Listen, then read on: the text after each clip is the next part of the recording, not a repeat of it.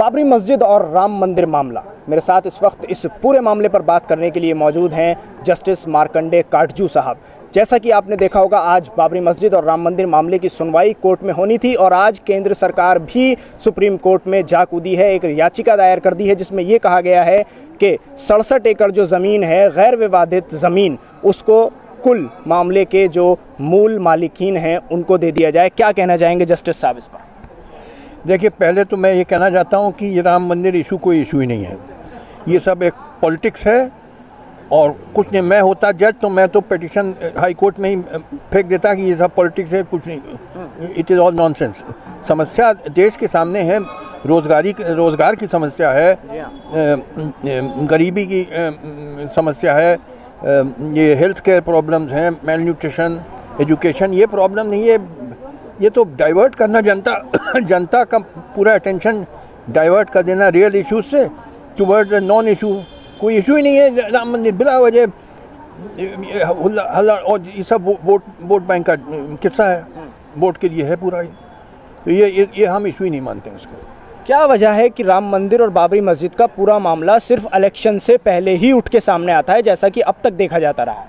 बता तो दिया कि ये पूरा वोट का चक्कर है और कुछ नहीं है, कोई इशू नहीं है कि हल्ला। देखिए, एक चीज़ आपको शायद नहीं मालूम हो और आम जनता, क्योंकि पढ़े लिखे तो है नहीं यहाँ के लोग, जो ओरिजिनल रामायण है वो संस्कृत में है, वाल्मीकि की।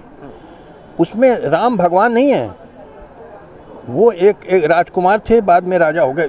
ही is not a god, he is just a human being. He was a prince, और बाद में राजा बने अयोध्या के ही, but he is not a god in the original. जो ओरिजिनल रामायण, वो 2000 साल बाद जो रामचरितमानस लिखी गई तुलसीदास की, उसमें वो भगवान हो गए। मगर ओरिजिनल में he is not a god, he is a prince. तुम जब गॉड है ही नहीं तो उसका मंदिर क्या बना रहे हो भाई? तो ओरिजिनल तो वो है ना। आप पढ़ लीजिए संस्कृत की रामायण, और पढ़े लिखे तो है नहीं लोग, जानते ही नहीं संस्कृत। अब उनको क्या समझ, वो तो पूरा खेल है कि किस तरह से वोट पाना, किस तरह नफरत फैलाना है, ये पूरा राजनीति है। राम मंदिर का इशू कोई इशू ही नहीं मानते। और मेरे सामने अगर आता तो मैं 1 सेकंड में डिसमिस कर देता केस कि कोई है ही नहीं केस, बिला वजह एक बात का बतंगड़ बनाना। तो सर, फिर क्यों नई बेंच बदली जा रही हैं? जिस तरह आपने देखा कि यूयू ललित ने भी खुद को इस केस से अलग कर लिया और फिर एक नई बेंच का गठन हुआ। भैया, ये मैं तो हूँ नहीं जज, मैं क्या सवाल का जवाब दूँ?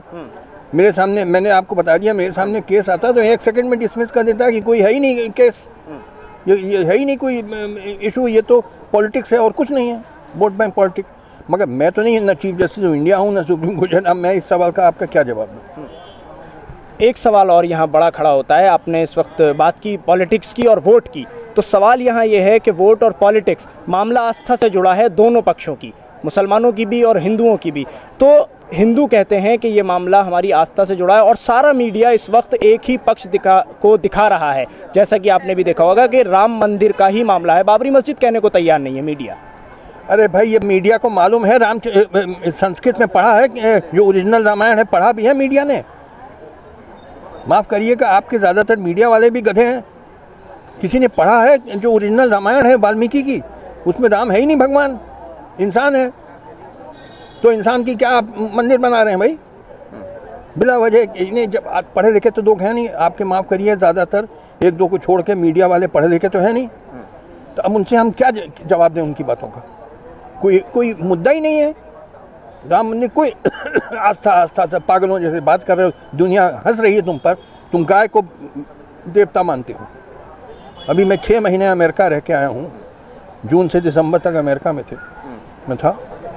वहाँ के लोग हंसते हैं कि गधे भरे हुए हैं हिंदुस्तान में, गाय को माता मानते हैं। अरे कोई जानवर किसी इंसान की माता हो सकती है? कोई अकल है कि नहीं तुम्हें कि गोबर भरा है सर में? पागलों जैसे बात करते हो।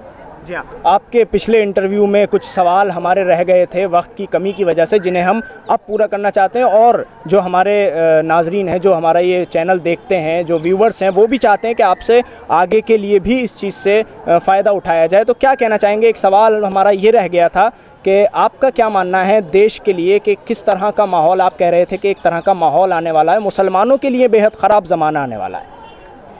देखिए, उसका मैंने वजह बता दी थी पिछले इंटरव्यू में, क्योंकि बीजेपी जीत नहीं सकती चुनाव जब तक कि कम्युनल राइट ना करा दे, क्योंकि उसका vote bank upper caste Hindu vote bank है जो सब मिला के 20% से ज़्यादा होता नहीं है, तो उस पर तो चुनाव निकलता नहीं है। तो और एक तबका आ जाए, ओबीसी का एक तबका या एससी का एक तबका, किसी वो एक ही तरीका है कि कम्युनल राइट कराओ ताकि एक तबका ओबीसी या एससी का भी आ जाए हमारे साथ। तो वो तो होने जा रहा है, मगर उसके बावजूद जो मुझे लगता है कि लोकसभा चुनाव के बाद एक कोलिशन गवर्नमेंट बनेगी और रीजनल पार्टीज ही डोमिनेट करेंगे। कांग्रेस की भी 125 सीट आएगी और बीजेपी की भी 125, जो मेरा अनुमान है जी। और रीजनल पार्टी कुल मिला के 290 सीट पाएंगे। तो यही लोग गवर्नमेंट बनाएंगे, जैसे सैयद ब्रदर्स होते थे ना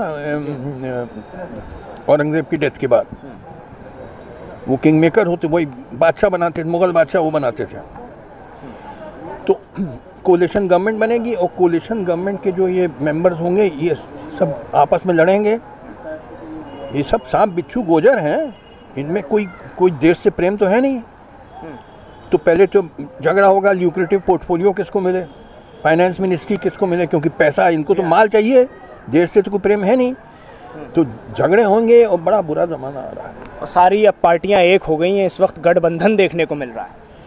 देखिए, क्योंकि वो बीजेपी को हराना चाहती हैं और हराना चाहिए, क्योंकि 4-4.5 साल बीजेपी ने जो राज किया है, हद कर दी, इन पागलपन की लिमिट कर दिया, हम लोग को दुनिया में बदनाम कर दिया। तो ये तो इनका वध, जैसे रावण का वध हुआ, इनका वध होना ज़रूरी था।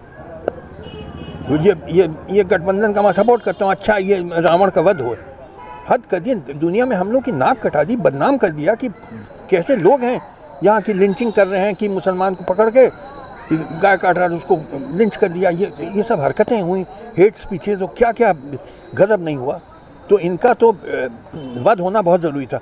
मगर जो अल्टरनेटिव क्या है, इसके जगह में जो आएगा वो भी वही है, कोलिशन गवर्नमेंट होगी जो आपस में सब लड़ेंगे।